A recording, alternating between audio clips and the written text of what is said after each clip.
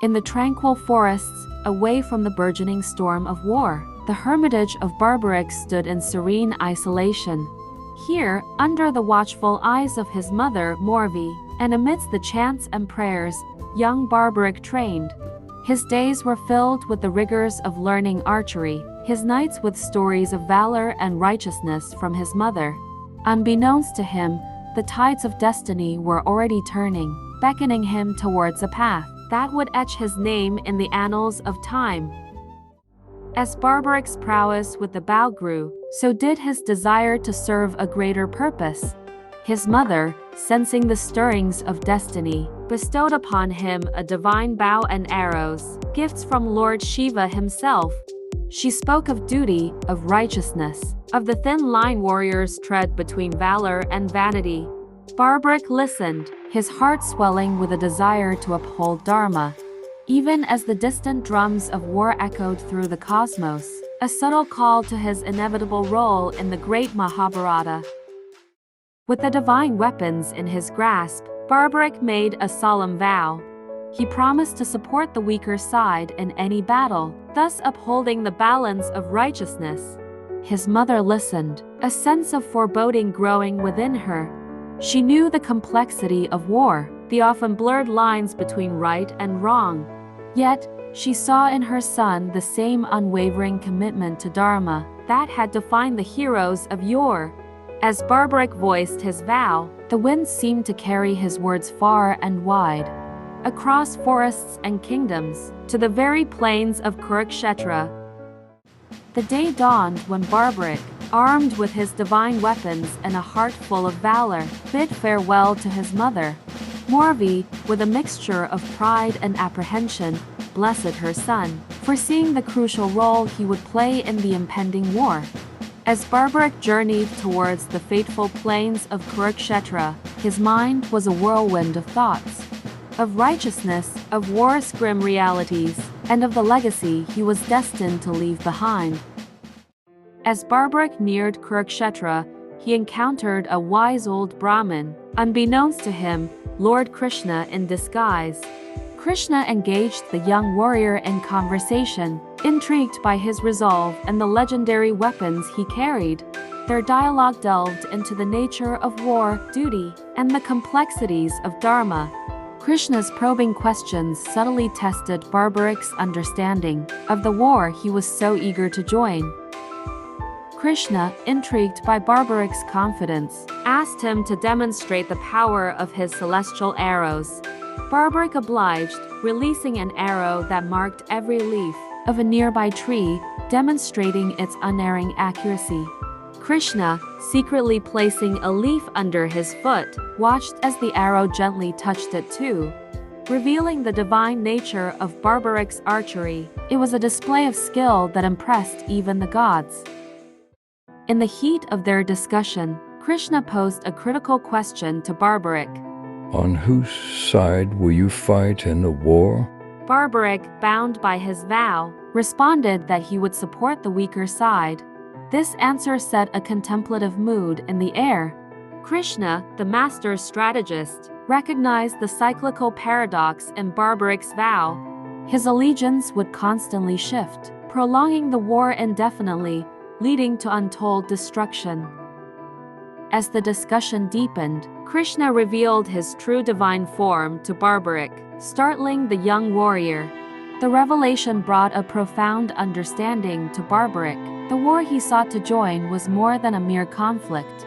It was a pivotal moment in cosmic Dharma. Krishna explained the destructive implications of Barbarick's participation, leading him to a moment of profound introspection about his role and the nature of his vow. In a turn of events, Krishna, moved by Barbarick's earnestness, asked for his head in charity, a test of his devotion and a solution to the paradox of his vow. Barbarick, demonstrating utmost dharma, agreed, ready to sacrifice his life for the greater good of the world. It was a moment of heartbreaking heroism, a testament to the young warrior's integrity and selflessness. As Barbarick prepared for his ultimate sacrifice, he expressed a final wish to Krishna, to witness the Battle of Kurukshetra, the very war he was forbidden to fight in. Krishna, moved by Barbarick's nobility, granted his wish. He promised that Barbarick's head would be placed atop a hill, giving him a panoramic view of the battlefield. Thus, even in death, Barbarick would fulfill his desire to partake in the Great War, albeit as an observer of the monumental events. In an act of unparalleled bravery and devotion, Barbarick severed his own head, which was gently caught by Krishna. The deity then carried it to a hill overlooking Kurukshetra, placing it so Barbarick could see the unfolding war. As the battle commenced, Barbarick's head, now elevated, became a silent witness to the greatest battle of the age, his eyes capturing the heroism, tragedy, and the various facets of human endeavor on the battlefield. As the conches blew and the war cries filled the air, the great battle of Kurukshetra began. From his unique vantage point, Barbarick observed the clash of mighty warriors, cousins pitted against each other, driven by conflicting duties and loyalties. The battlefield was a whirlwind of chariots, elephants, and valiant fighters, each playing their part in this cosmic drama, under the watchful gaze of Barbarick's head. As the war raged on, Barbarick's unwavering gaze fell upon Arjuna, the Pandava prince, whose arrows flew like swarms of vengeful bees. Each arrow found its mark with lethal precision, a testament to Arjuna's skill and divine prowess. The battle around him was a dance of destruction and grace, a sight that filled Barbarick with both awe and a sense of melancholy for the battle he could not join. The scene shifts to Bhima, Barbarick's grandfather, whose raw strength and ferocity were unmatched.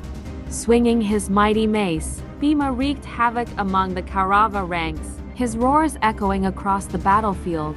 Barbarick watched with a complex blend of pride and sorrow, seeing his lineage's strength displayed in all its glory, yet tinged with the inevitable tragedy of war.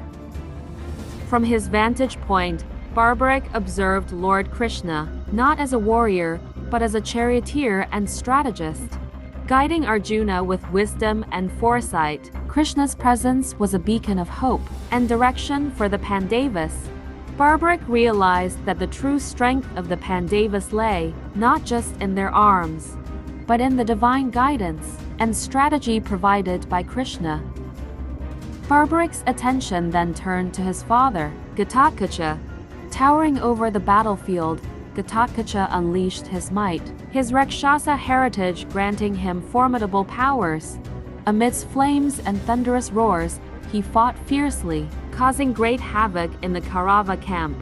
Barbarick watched, torn between admiration for his father's valor and the harrowing destruction wrought by his hand. A significant turn in the war was the much-anticipated duel between Karna and Arjuna, two of the greatest archers of their time. Their confrontation was not merely a clash of arms but of destinies, each driven by their own convictions and loyalties.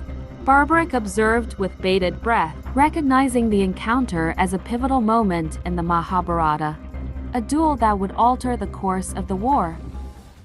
Meanwhile, Duryodhana, the Kaurava prince, fought with a defiance fueled by ambition and pride.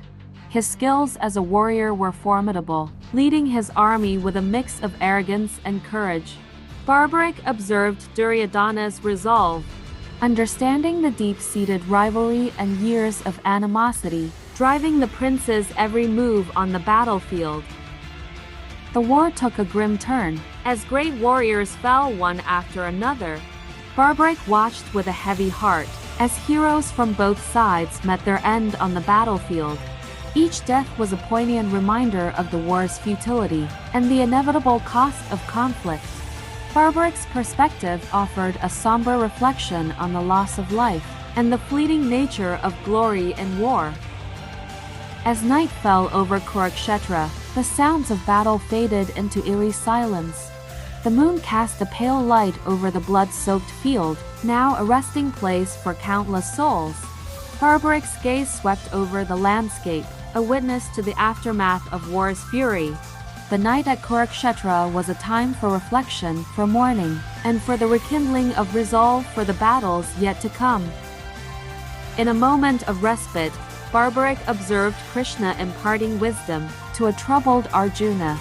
This counsel, later known as the Bhagavad Gita, was a discourse on duty, righteousness, and the complexities of life and death. Barbarick absorbed the profound words, understanding that the true battle was not just on the field, but within the hearts and minds of the warriors. Barbarick's gaze then fell upon Bhishma, the grand old patriarch of the Kuru dynasty, his white hair and armor gleaming under the sun. Despite his age, Bhishma fought with the vigor of a young warrior, his devotion to duty unyielding. Barbarick watched, awed by Bhishma's skill and saddened by the inevitable tragedy of his destiny, a man fighting against those he loved. The war's tide shifted as Drona, the revered teacher of both Pandavas and Kauravas, took command of the Kaurava forces. His prowess was unmatched, his arrows decimating the Pandava ranks. Barbarick watched the mentor turned adversary, pondering the ironies of fate that pit the master against his pupils, the harsh realities of war spilling blood, irrespective of past bonds. In retaliation, Drupada, the king of Panchala and father of Draupadi, charged into battle with a burning desire for revenge against Drona. His chariot thundered across the field, his wrath manifesting in fierce combat. Barbarick observed the old rivalry unfold, the cycle of revenge and hatred fueling the war's fire, the personal vendettas of kings and sages, playing out on this grand stage. Barbarick's eyes next settled on Abhimanyu, Arjuna's son, young yet fierce, a warrior beyond his years. His entry into the impenetrable Chakravyuha formation was a display of both bravery and tragedy.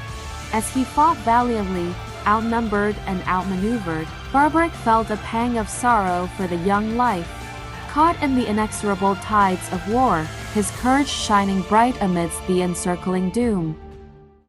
As the war progressed, the Pandavas, faced with overwhelming challenges and losses, displayed a mix of desperation and resolve. Barbarick witnessed their struggles, their strategies shifting from valor to survival.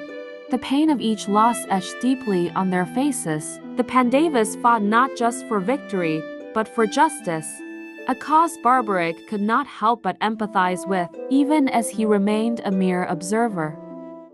Karna, the forsaken son of Kunti, now a key warrior for the Kauravas, unleashed his fury on the battlefield. His arrows rained down like a wrathful storm, his chariot cutting a swath through the Pandava forces. Barbarick observed Karna's wrath, a blend of royal valor and personal vendetta, his heart aching for the warrior whose life was a tale of rejection and unfulfilled kinship. As night descended, a rare event unfolded. The battle continued under the moon's ghostly light. Warriors, driven by rage and desperation, clashed in the darkness. Barbarick observed the unusual spectacle, the silhouettes of fighters engaged in a deadly dance, their shadows merging with the night. The darkness of night seemed to mirror the darkness within, as principles gave way to raw survival instincts. In a moment of quiet, Yudhishthira, the eldest Pandava, known for his adherence to truth and dharma, was seen in deep contemplation. The weight of the war, the loss of lives, and the moral dilemmas faced rested heavily on his shoulders. Barbarick saw in Yudhishthira a soul torn between kingly duty and the horrors of war, his heart heavy with the price of his righteous war. As the war neared its conclusion, with the Pandava victory inevitable, Barbarick observed the battlefield, now a testament to the great sacrifice and loss. The war had changed the course of history, but at a cost that left the victors with as much sorrow as joy. Barbarick, a silent witness to this epic, reflected on the complex nature of dharma, the transient glory of victory, and the enduring scars of conflict. Thanks for checking out this video. If you had fun watching it, please give it a thumbs up, share it with your friends, and hit that subscribe button. You're awesome!